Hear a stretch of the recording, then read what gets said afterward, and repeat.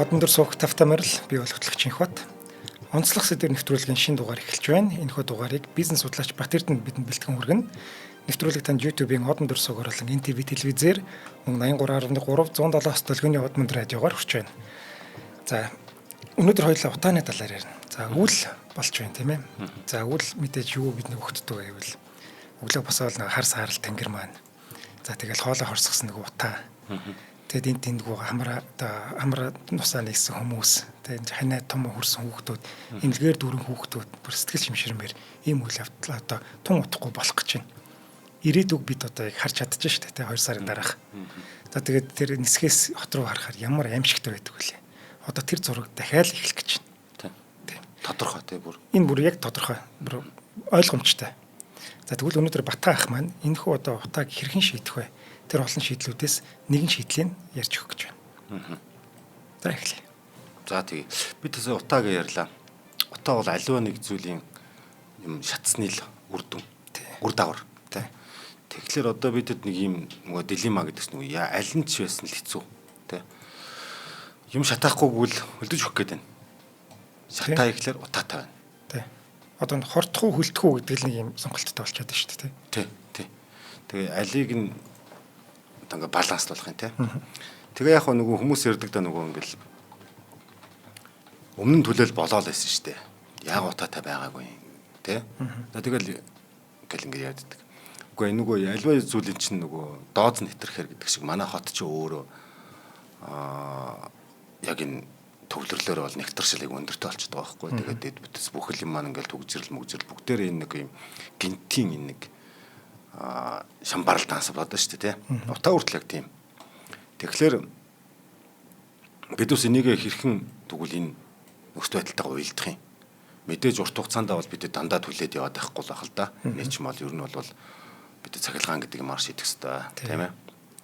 Тэгээд ер нь нөгөө дулаанаа алдагдал гэдэг юм зөндөө ярьж байгаа. Гэхдээ өнөөдрийн сэдвэр би энэ болгоныг ингээд том юмар ярих юм бол ерөнхий сэдв болчих гээд байгаа учраас илүү юугаар авч үзье. Нэг хагас кокс гэдэг жишээн дээрс нэг авч үзье гэж бодлоо. За, ер нь бол бидэд эхлээд утаагаа саяныхаар жишээд үзье. Биднес мод түлхийг бол хэн болго мэднэ. Ялангуяа одоо Монгол хүн бүр ингээл галаа түлээд гэдэг шигтэй сайн мэдж байгаа. За, бодит жишээн дараа үзвэл биднес ингээд нэг зуны сэрүүхэн өдөр нэг гал түллээ гэж бодъё л да. Тэгэнгүүт за нэг хөөрэ мод олъё. Автоматар таксидж байгааз. Тэрнээс гинт нойтон мод төлж үзснэ хүү гинтэргээ бодоод байдаг чинь биш те. Гэхдээ хүмүүс хуурай мод төлвөл сайн асна, хурдан асна илчихтэй. Нойтон мод асаах гэж яа төвөгтэй байх вүлээ. Тэгээд илчээ өгнөхөөс л тэгээд орчны битэлтүү ингээл нөгөө утаа май болоод те. За шумуул дүргэх гэж бол болж те. Гэхдээ нойтон мод чигтэй мод хариул утаах гардаг гэдгийг уул нь хүн болгон мэдээд байгаа байхгүй. Тийм биз? Тэгээ энийг биднээс ганцхан мэдсэн чинь биш. Хүмүүс илүү энэ чиг гэдэг юмнаас чинь болоод утаах гараад байгаа юм байна штэ. Гэдгийг олж хараад. Тэгээ одоо биднээс нь танил бол одоо биднээс ингээд нөгөө шорлог морлог хийх гээ салхимлан гарахад өмнөх шиг төлөө мөлөө шуудаагаар навж явах болцсныг таамаас анзаарч байгаа те. Жижигхэн юм савтай модны нүрс гэдэг юм авч яваад тэгээ шорлогоо ичиж байгаа. Тий. За энэ яг энэтэй адилхан. Хагас коксд бол энийг л байдаг. Ердөөсөө. За. Нөгөө чиг нь авчиж чинь гэсэн үг байхгүй. За биднээс шууд бүдүүвчээр биднээс чиг нь авчлаа гэж бодож байгаа боловч энэ чиг нь авах процессын цаана нөгөө түрүүний ярьсан тэр саарлуудаа тэр амьсгалын замд халдвартай нөгөө саад болдог хими элементүүд давирхай тий тэр азотын эсэл мэсэл бүгд ингээд хасагдаж байгаа шүү. Энийг илүү дэлгэрүүлээд би бүр химийн тамиатны яд өгнө. Ингээ бидэд тэгвэл ингээд чиг нь авахлаар мод хүртэл амьд мод хүртэл ингээд шорлог хийгээд ямар нэгэн хоол унданд хүртэл аюул нь багасаад хорн багасаад ирдэг юм бол хоруу чанар нь багасчт юм бол ягаад нүрсийгээ тэгвэл төлж байгаа нүрсээ чиг нь багасгаад гаг болгоч болохгүй гэж. Тэгэхээр түрүүний хоёлын юмээс юу төлөх үү гэдэг нэг хэрэг бас яаж төлөх үү гэдэг нэг хэрэг байгааз. Тэгээ бид хэд чинь өнгөрсөн жилүүдэд ингээд 100 муух ярьлаа. Яаж төлөх үү гэдгийг бол нэлээд л бас үзлээ шүү дээ. Энэ буруу биш. Мэдээж яаж төлөх технологи сайн байх нь зөв. Гэтэ нийтээрээ гэдэг нь жоох хэцүү. Харин одоо тэгвэл юу төлөхийгаа нэг үзье л да. Зөв энэ өнцгөөс те. За нүүрс ер нь юу юм? Нүүрс гэдэг чинь одоо яг юу юм? Нүүрс бол биднээс саяны ярьсан модны өвөг дэц гэхгүй. Тэ сая жилийн өмнө ургаж явсан модны одоо булш. Тэ. Тэгэхдээ энэ булш удах тусмаа нөгөө дээр үеих буюу дарсаар ярих юм бол хэр сайн дарах тусам, хадгалах тусам үн цэнтэй гэдэг шиг амжилт сайжирдаг гэдэг шиг тий. Тэгэхээр нүүрс хэр удаан олон жил хэдэн сая жил дарагдсан насжилдаасаа болоод нөгөө биднээс яадаг кокс чих нүүрс тий. Эхлээд гадархтай орох бол хүрэн нүүрс, тэгээд чулуун нүүрс, тэгээд кокс чих нүүрс, тэгээд хагас антрацит гэх бүр ингээд гүн рүүгээ яваад орно.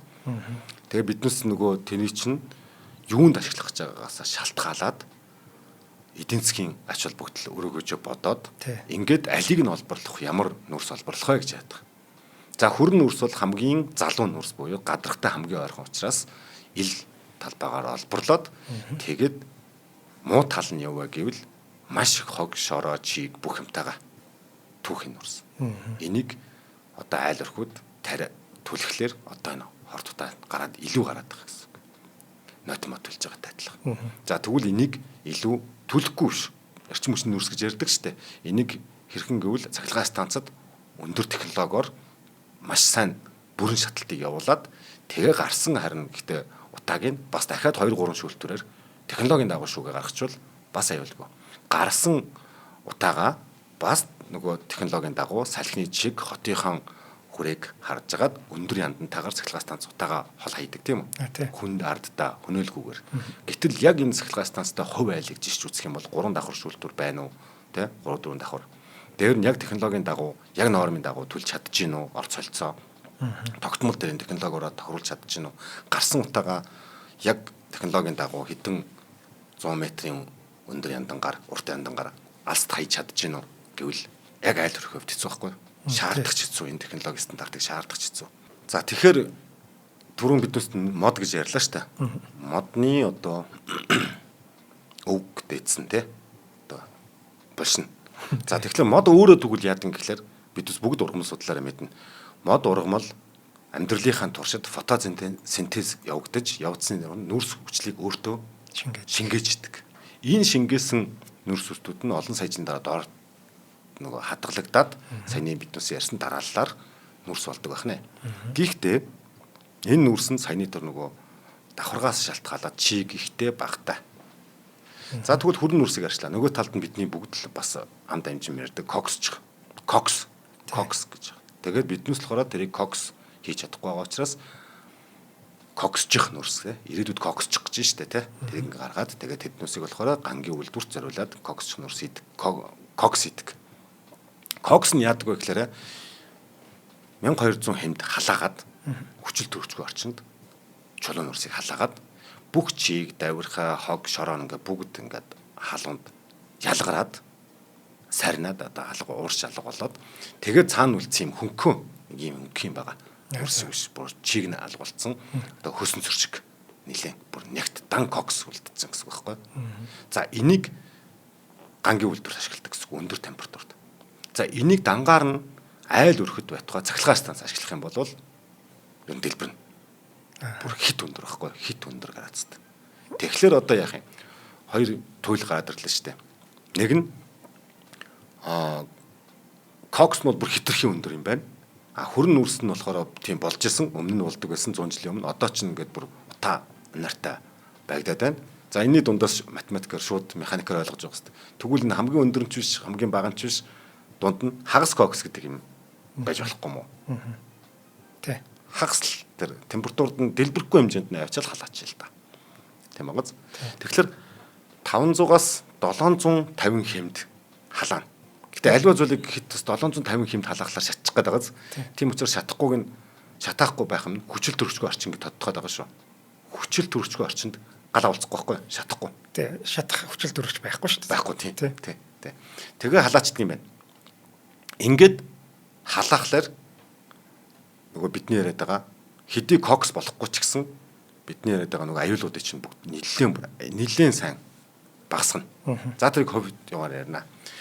За тэгээ биднээс ингэж олоод байгаа мó бодоод олоод байгаа мó гэхлээр үгүй. Дэлхийн улс орнууд ганцхан манайх нүүр түлээл ингээл бохирдоод байгаа юм биш. Дэлхийн улс орнууд саяхандаа санах юм бол Хятадулсаас жишээ авчи ойрхон амар байсан шүү дээ. Тийм нөгөө Бээжингийн утаа гэдэг амар юм чинь бүр ингээл байдаг гэсэн шүү дээ. Одоо тийм юм ойрцоос уу таад. Гүү шүү дээ. Байхгүй. Би саяхан хүртэл яваад ирлээ. Бээжингээс хөхтөнгөр харсан гэдэг байхгүй. Гэхдээ тийм одоо тийм болцсон. Яг хөө би суур сая явахад дан боротол эсэл тэ яг харж амжаагүй. Гэхдээ л утаа бол байхгүй те. Тэгээд тий 10-аахан жилийн өмнө л Бээжингийн утаа амар гамшигын хүрээнд хүрлээ гээл те. Хүн харан ингээд угаартж өглөө л гэдээсэн шүү дээ. Одоо байхгүй. Яасан гэхэлэр 2010 оноос Хятад улс клин хитэн буюу цэвэр дулаан гэдэг үндэсний бодлого зарлаад түүхийн нүрсийг ахуй хэрэглэнээс шууд халдах шийдвэр гаргасан. За. Одоо яг Хятадын юу ч жоохон захиргааталтай юу шүү те шийдвэрүүд нь биелдэг. А гихтээ тэглээгээд зүгээр л ингээд нэг захиргааталт яраар хоригдсон биш. Араас нь бас нөгөө Питерийн ярьжсэн Солонгос Японд гардаг шиг ийм дагалдах хөтөлбөрүүдийг хамт задлж өгдөг. Зүгээр дараах хурж зүгээр шууд тас гэдээ хоригдчихдаггүй. Тэгээ өмнө нь анхаарал болно те. За нилээн нөгөө ресторантаа урьдчилан хийнэ. За юу гэсэн гэхээр хотын төв болон хот орчмын бүсэд түүхийн нүрс төрхийг хориглож байгаа. А тэгэнгүүт мэдээж эн чинь нөгөө түүхийн нүрс төлж исэн хүмүүс чинь гинт оргил шийдвэртээ нэлийн эсэргүүцэл тулгарна. А энэ хооронд нь орлуулах бүтээгдэхүүн гэдэг юм зарлж байгаа. Богино хугацаанд болохоор орлуулаа таанаас ингээрээ гэд. Тэгээ орлуулах бүтээгдэхүүнийг хүн гинт солигдох хооронд ч нэг өртөг гарна тийм ээ. Янз бүрийн нөгөө шилжих зардал гэж юм гардаг шүү дээ тийм. Тэрэн дээр нь хөнгөлт үзүүлчихэж байгаа. Аа за. Тийм. Тэгэхээр би надад нөгөө асуудал эдийн засгийн ч юм уу ямар нэгэн асуудал нь хөнгөжлөгдөж байгаа. Тийм. А дунд хугацаанд яг бол ер нь цахилгаан руу шилжин шүү гэдгээ зарлчихж байгаа. Тэгэхээр би ирээдүйд нэг 5 жилийн дараа 2 жилийн дараа хизээг заад юм те. А одоо ер нь цахилгаан руу шилжих гэж байгаа юм байна. Яагаад тэгж байгааг гэвэл дэд бүтцийн асуудал аахгүй. Цахилгаан хийтэн гэдэг нь цахилгаан хаалгаа гэдэг чинь нөгөө нэг тэн тавьчихлаар би өнөөдөр болж байна. Бүгдээр зэрэг тавьчих юм бол харин нөгөө мантад дийлэхгүй шүү дээ. Цахилгааны мантад чинь улаасаад яадаг үлээ те. Тэрэн шиг болохоор яг энэ нь манай хотод ч тэр Бээжинд ч тэр Токиод ч тэр ерөөсөө манайх муудаа биш нөгөө дэд бүтцийн чинь бэлэн байдал бос бэлэн биш байгаа байхгүй.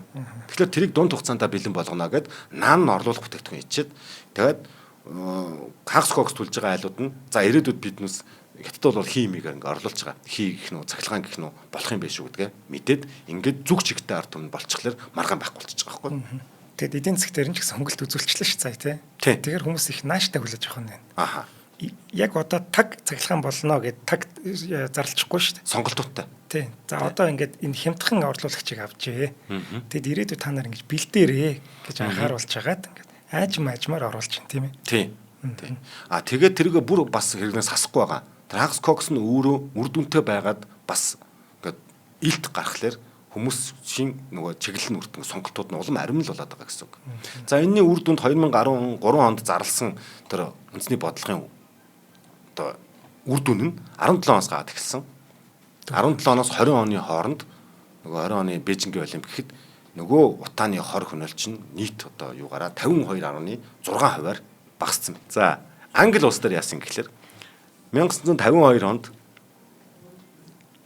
Great Smoke буюу нөгөө дэлхийд алдартай айхтар айгүй олон хүний амь анасыг авч удсан тэр агуу утаа гэдэг том гамшиг болжээ Англид.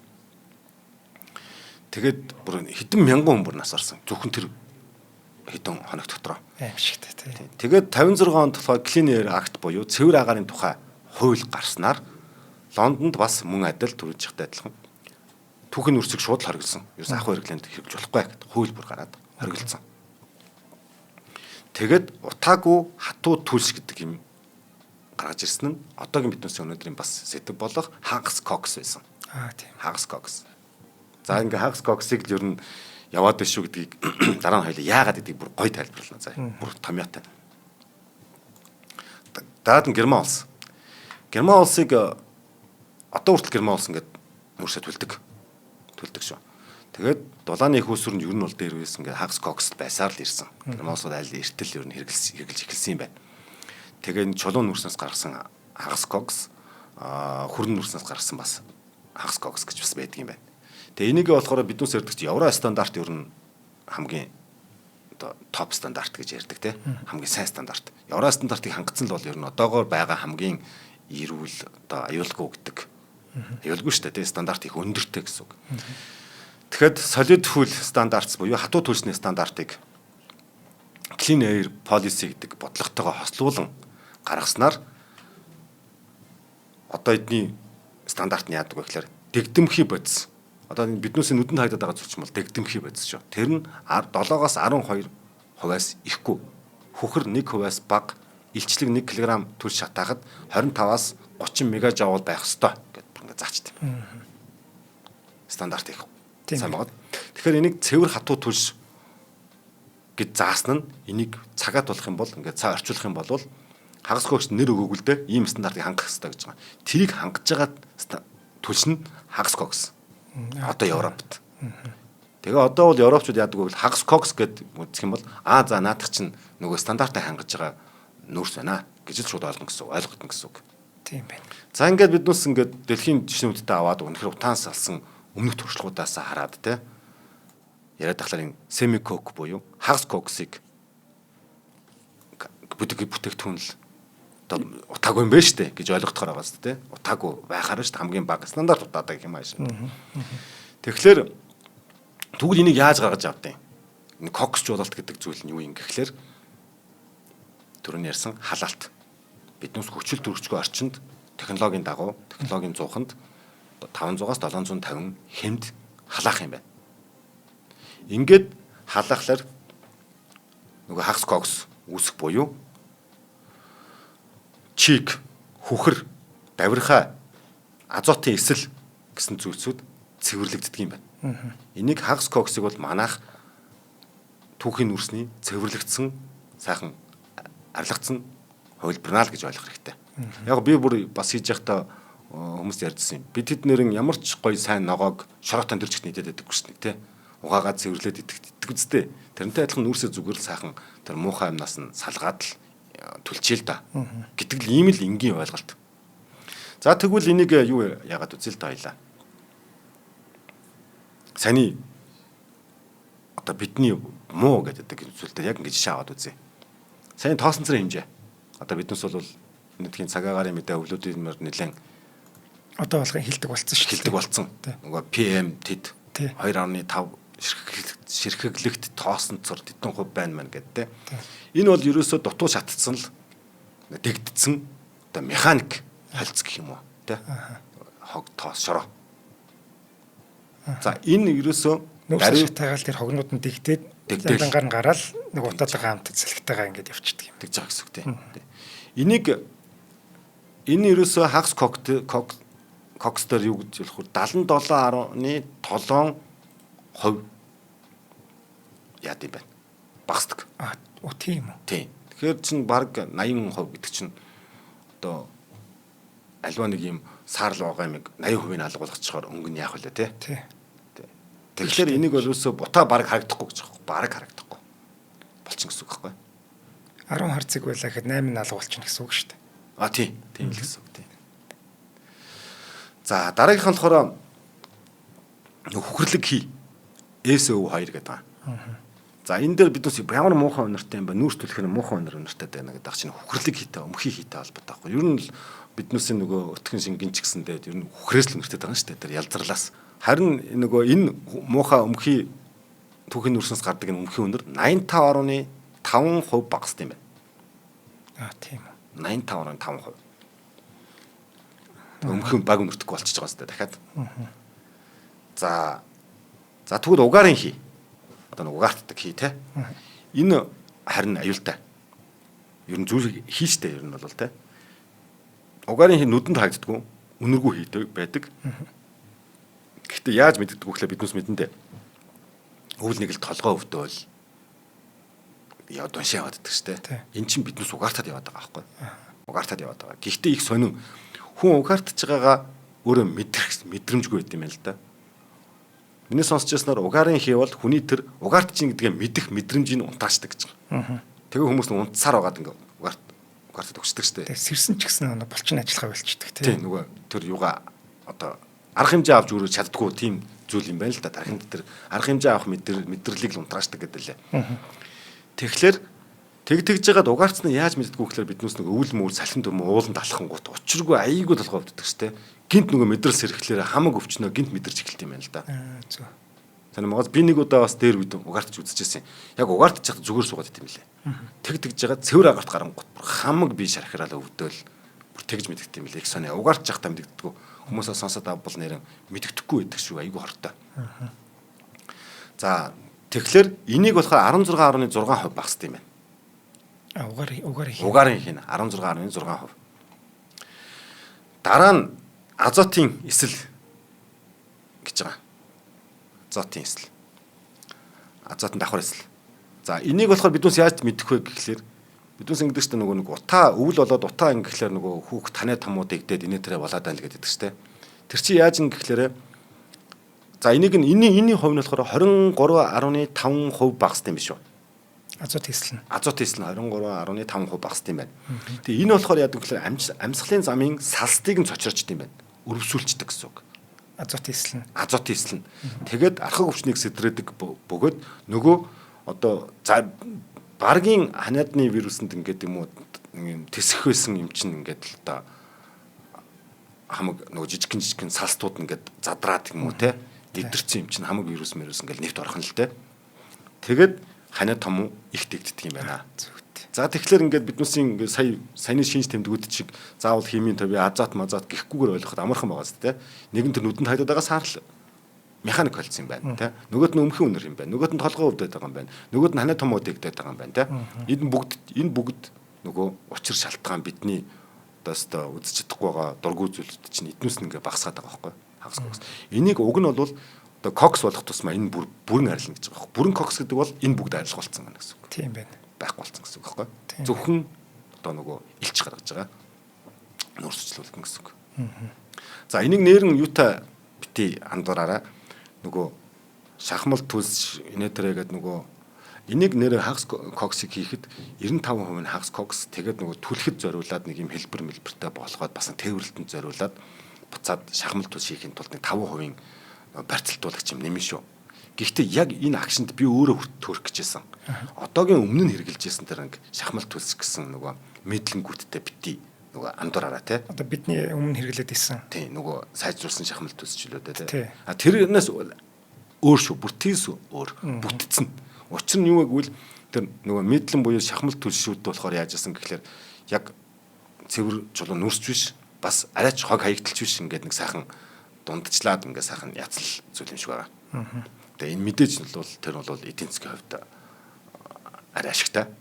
Бүгдийн сайхан ингэж докторшуулж гаад ингээд ядчих ч юм уу те. Би сайн мэдлэнгийг бол сайн мэдэхгүй. Гэхдээ тэрнтэй бити андуурал гэж хэлж байгаа. Тэрнээс тэр биш шүү. Хагас кокс бол бүр халаагаад үйлдвэрийн аргаар тэр хог хаягдлыг анханаас нь ялгаж авчаад үлдсэнийг нь зориулсан гэсэн үг. Тийм байна. Тийм. За хэрэглээ. Аливаа зүйлийг хэрэглэх технологи. За манайхан ч одоо энэ дээр бол их муу шүү дээ, тий. Эвдрэх хүртэл нь зааврыг уншдаггүй улс гэдэг байгаа шүү дээ. Тэстэй яг үнэ. Хэрэглээнд эрэхтэй зарим нэг юмыг бодохоор үнэхээр харамсалтай хэрэгүүд бас зөндөө гарах юм аа, тий. Чи одоо уг нь тэр дохио мэдрэгчийн тавьж өгөөд тэгээд ингэж хэрэглээрэ гэдэг заавартай нь ингээд өгдөг юм шиг байлаа шүү дээ. Тэгж байгаа тэрийг одоо хинэггүй гэдэг юм хаян гэдэг юм уу, тий. Тийм тий. Тас хэцүү мэдээ бас зөндөл сонсогдсон. Тийм. Ер нь яг чухал юм аа. Яг биднээс ч гэсэн их учиргүй бүх зааврыг хойлоо нэг уншаад байдаг ч юм уу шүү. Гэхдээ өөрийнхөө амь настай холбоотой юм ер нь хэрэглэх зааврыг уншчихад ер нь юу нэр байх вэ, тий. Ингээд эн чинь маш олон давтамжаар ингээд болоод байгаа үйл явдал байхгүй. Тэнгүүд үгүй чинь үнэхээр аюултай юм байна гэд бас нэг анзаарчихаар л хугацаа өнгөрсөн. За ингээд хэрэглэхлээр маш амар тийм төвөгтэй юм байх вэ. За үгүй кокс байх нэг хагас кокс байх нь нөгөө өмнөх туршлагуудаасаа илүү хөгжөөл явж байна л да. Монгол улс хөгжөөл явж байна. Алдаж үзлээ. За тэгтээ сайжруулад байна штэ. Ингээд тэрэн дээр юу гэж гарч ийн гэхлээрэ биднээс хагас кокс гэдэг нь нэгэнт ойлгоцсон те. Одоо хамгийн чухал нь одоо мэдээж хэрэглэр рүү орж ирж байгаа. Гэхдээ тэрнээс илүү дөрвөн зааврыг өгье. Сонсоод тавагд инээд нь орно. Тэр ч үгүй чихтэйхэн халах уу? Халаад нэг юм фишинг юу таачих үедээ тий хайлуулчих үедээ хайлуулаад цоолчдаг гэсэн. Үгүй. Тэгэхээр тэр бол коксын тухай яриад байгаа байхгүй. Одоо биднес ч албаар ингэж хоёлаа ярьдаг нь нюансуудыг сайн ялгахгүй бол хүмүүс ч нөгөө мэдэхгүй зүйлээс айдаг гэж.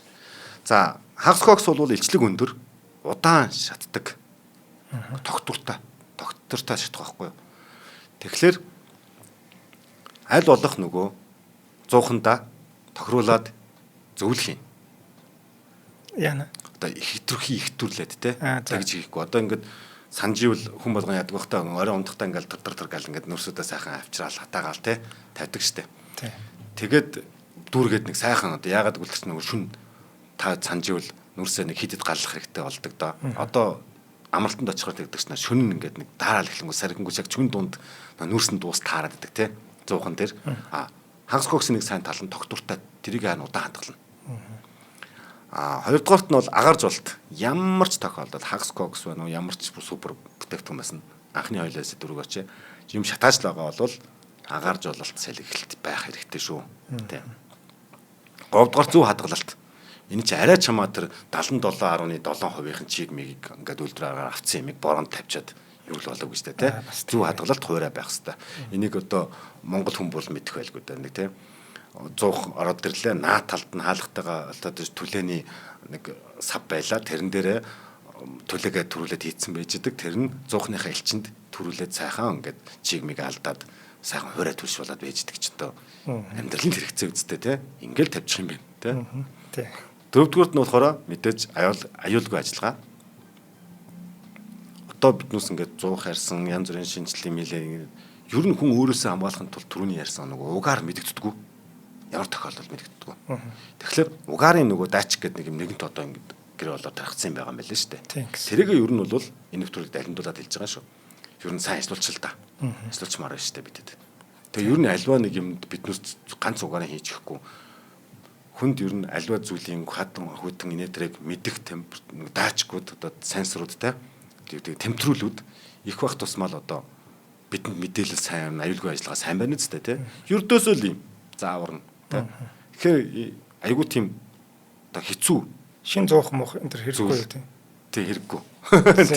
Тэгэхээр юу гэж хэлээд нэглээрээ биднээс юу түлхийг одоо ингээд энэ өнөөдрийн сонгож авсан хагас кокс гэдэг бол яг одоогийн Монгол түрүүний би бодож илаа л да. Хятадууд ярьсан байгаас ирээдүйд одоо сахилгаан сэрэг төр ч юм уу хийгээр ингээд юу ч хийж болно. Сонголтууд зөндөө болно. Гэхдээ яг өнөөдөр нөхцөлтэйгээ тэрийг хүлээгээд байгаад ах юм уу гэдэг шиг хагас кокс юу н Монголд энэ олон гэрээ болоод байгаа юм бол хагас кокс юу н яагаад болдгүй юм. Тий. Гэдэг утгаар одоо хамгийн чухал үг хэлье. Бид хэд хагас кокс халаагаад 500-аас 750 градуст халаагаад тэр илүү дутуу хогийг хайлуулад авчна гэдэг чинь нөгөө хоёлынгийн ярьдаг Монгол улс технологийн хувьд нэг л болж байгаа юм шүү. Одоо түүхийн нүрс гаргаад нэг хэдэн доллараар зарах угаагаад гарахад л 2 дахь өсдөг бол хагас кокс уух юм бол 5 дахь өснө. Тийм үү. Тийм. Дээр нь энэ бүх өртөгч нь Монгол улсд үлдээд байгаа байхгүй юу? Биднээс дотооддоо хэрэгэлдэгсэн ч юу, гадагшаа гаргадсан ч юу. Үгүй аливаа зүйлийг түүхийгээр нь гаргана гэдэг ямар их алдагдал вэ те. Тийм. Хайрын байгаа зү. Тэгээд дээр нь хагас кокс байх тусмаа тээврийн ачааллыг маш сайн даана. Бутрахгүй байхгүй юу? Тэг хөнгөн болчих юм шүү. Хөнгөн болчихно. Бутрахгүй цуллаг болно. Тэг яг л нарийн юм гаргаж ирж байгаа байхгүй те. Тийм байна. За энэ талаар ийм л арга байсан л юм байна шүү дээ. Тийм. Тэг энийг илүү хурдан хэрэгжүүлээсээ, тийм үйлдвэрүүдээсээ бариасаа те. Тэгээд тэрий чин дагаад гол нь манай залуучууд илүү хөгжинэ. Тэгэл ганц алхахад биднээс шууд коксаа хэлнэ шүү дээ. 500-750 хаалгаас сурцсан дараад нь 1200-аас 1500 халаах нэг технологи алхаал болох байхгүй. Тийм шүү дээ. Тийм байгаа. За ингээд кокстой болсон тохиолдолд яах вэ? За одоо үлгэр ярих чинь хэдүүлээ ангийнхаа үлдвэр ярьчмаар байгаа байхгүй те. Уг нь амархан л юм байна шүү дээ. Ярихад ч амархан л байх л та. Үгүй. Гэтэ бид ус амархан гэж бас урамшуулж яахгүй бол биднийг айгүй хэцүү шүү наадах чинь гэж айлгадаг. За бас тийм ээ. Бас тийм байгаа шүү. Тэрийг хэдүүлээ одоо те. Хангалттай хүмүүс биднүүсийг айлгаж яхад. Тийм. Штэ гяс өөртөө ядаж өөртөө айлгаад яах вэ? Тийм. Гяс хийж мэл зуртаагүй болъё л та. Харин тийм ээ. Одоо ингээд манайх яармагт байхгүй. За маргааш дараагийн сараас эхэлчихэндээ энэ утаач. Үгүй 2 сар биш. Орой гарсан чи яармаг битүү утаа байл. Тийм. Тийм. Тэг өглөө би ингээд хот руу харна штэ. Өвөл. Зүрх шимширмэр.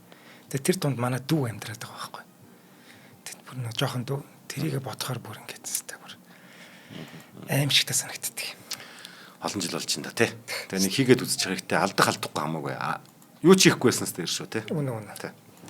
За баярлалаа Батайхаа. За баярлалаа. За бүр амархан санагдчих нэр. Нэрэл амархан санагдчих. За онцлог сэдв нэвтрүүлгийн энэ удаагийн дугаарыг хүндэрлэлөө. Энэ хүн нэвтрүүлгийг бизнес судлаач Бат Эрдэнэт бидэнд бэлтгэн хүргэлээ. Нэвтрүүлэг маань та бүхэнд YouTube-ийн Одон дор суугаар болон NTV телевизээр мөн 83.3 107 хостолгоны Одон радиогоор хүрлээ. За Батайхаа баярлалаа. Дараагийн дугаараар уулзъя. За тийм.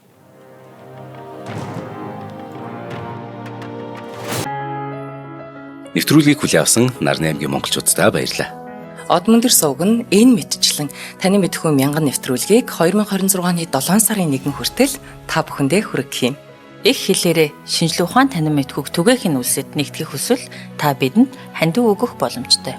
Жилдээ ганцхан удаа 100,000 төгрөгөөр биднийг дэмжснээр шинжлэх ухаан танин мэдхүйг түгээх энэ үйл хэрэг амжилттай үргэлжлэх юм. Одон дор нэр дээрх Удаагийн банкны дансгаа 4191 тэг 4518. Та 100,000 төгрөгөөр шилжүүлэхдээ гүйлгийн утга дээр нь өөрийн нэр болон утасны дугаараа заавал бичээрэй. 100,000 төгрөг хандалснаар Одон дор суугийн алтан гишүүн болох юм а. Шинжлэх ухаан танин мэдхгүй Монголд ялах болтугай.